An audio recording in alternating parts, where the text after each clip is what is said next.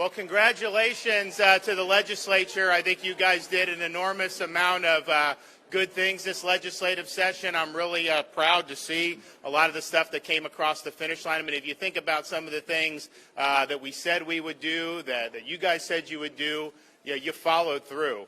You look at Florida. We're a law and order state.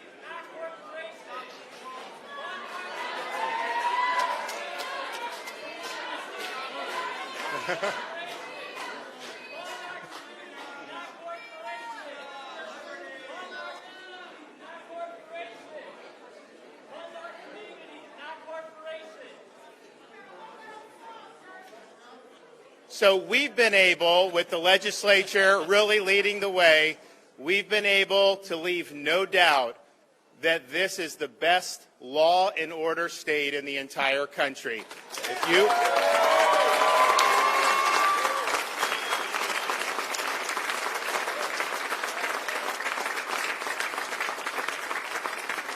We never bought into the canard of defunding law enforcement in the state of Florida. And in fact, not only have we have supported them, this budget that the legislature passed is going to, for the second year in a row, give a $1,000 bonus to every single firefighter, EMT, and police officer in the entire state of Florida. Thank you for doing that.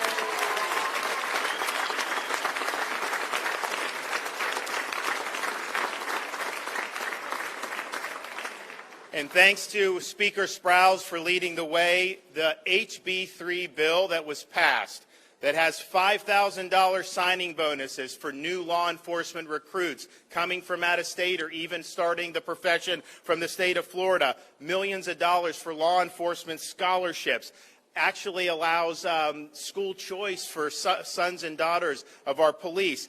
That piece of legislation is by far the most law enforcement-friendly piece of legislation anywhere in the country. So good job, Chris, leading the way, and thank you, Wilton, for putting it across.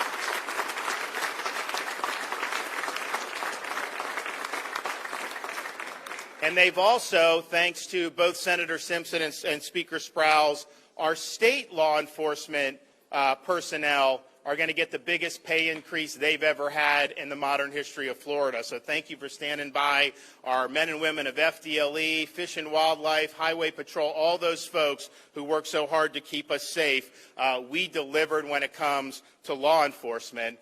We also delivered when it comes to education. If you look, the total education, support for education, is record numbers, not only the total amount supported, but also if you look at per pupil expenditures. And this includes a record increase for teacher salaries. So thank you for what you guys have done to do that. We've done a lot to increase the average minimum salary. We continue to do that, but they also weighted it more heavily to have salary increases for teachers who are veteran teachers. This is going to make a huge, huge difference. And I think over the last few years, we've done about $2 billion of compensation increases for teachers between salary increases and the bonuses we did last year. So thank you, Senator Simpson and Speaker Sprowls and the members of the legislature for doing that. We also increased funding for mental health, which is something that's very, very significant. My wife, the First Lady, has worked very hard on that, so I want to thank you for doing that.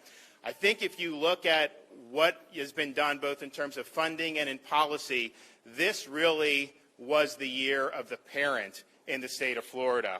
We took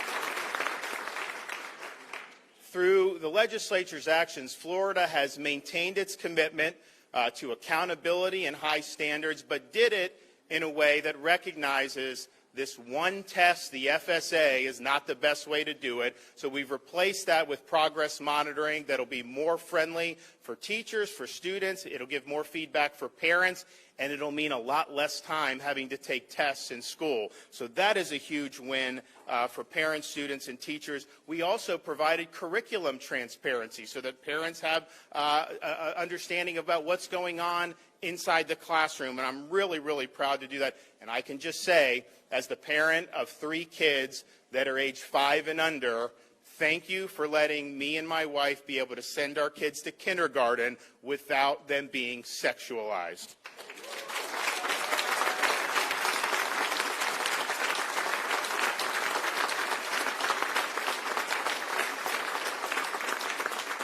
If you look at the transparency provisions, if you look at what they did to make sure that we're not treating people different on the basis of race, we in Florida showed a commitment to education, not to indoctrination. And I want to thank the legislature for doing that.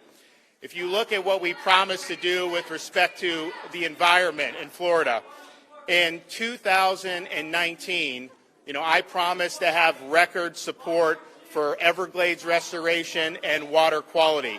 And our goal was to increase the funding by $1 billion over the previous 4 years before I became governor. And I'm happy to report that with this budget, not only did we meet that, we blew that goal completely out of the water. With the funding that was provided for Everglades restoration and water quality projects, we will have, over these 4 years, doubled the amount of support for those key initiatives than the previous 4 years. So I want to thank the legislature for doing that.